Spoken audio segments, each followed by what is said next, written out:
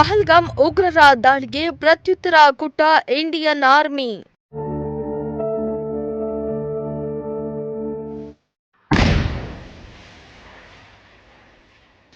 ಹೌದು, ಪಹಲ್ಗಾಮ್ನ ದಾಳಿಯಲ್ಲಿ ಸ್ಥಳೀಯ ಕುದುರೆ ಸವಾರ ಸೇರಿದಂತೆ 26 ಪ್ರವಾಸಿಗರನ್ನ ಉಗ್ರರು ಹತ್ಯೆ ಮಾಡಿದ್ರು.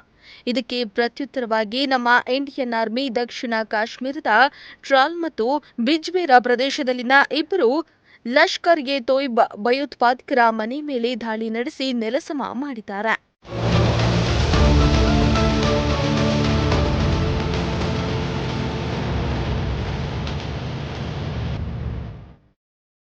ಹೌದು, ಬೈಸರನ್ ಪಹಲ್ಗಾಮ್ ದಾಳಿಯಲ್ಲಿ ಪ್ರಮುಖ ಪಾತ್ರವಿರುವ ಆರೋಪದ ಹಿನ್ನೆಲೆಯಲ್ಲಿ ಪುಲ್ವಾಮಾ ಜಿಲ್ಲೆಯ ಟ್ರಾಲ್ನಲ್ಲಿರುವ ಆಸಿಫ್ ಶೇಖ್ ಮತ್ತು ಅನಂತನಾಗ್ ಜಿಲ್ಲೆಯ ಬಿಜ್ಬೇರಾದಲ್ಲಿರುವ ಆದಿಲ್ ತೋಕರ್ ಮನೆಯನ್ನ ಹೊಡೆದುರುಳಿಸಲಾಗಿದೆ.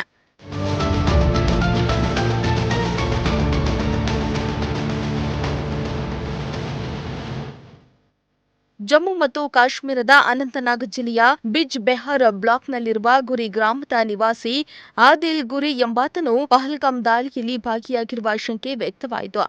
ಇನ್ನು ಆತನನ್ನ ಮೋಸ್ಟ್ ವಾಂಟೆಡ್ ಎಂದು ಕೂಡ ಪರಿಗಣಿಸಲಾಗಿತ್ತು. ಇನ್ನು ಆತನ ಬಗ್ಗೆ ನಿರ್ದಿಷ್ಟ ಮಾಹಿತಿ ನೀಡಿದವರಿಗೆ 20 ಲಕ್ಷ ರೂಪಾಯಿ ಬಹುಮಾನ ನೀಡುವುದಾಗಿ ಅನಂತನಾಗ್ ಪೊಲೀಸರು ಘೋಷಿಸಿದ್ದಾರೆ.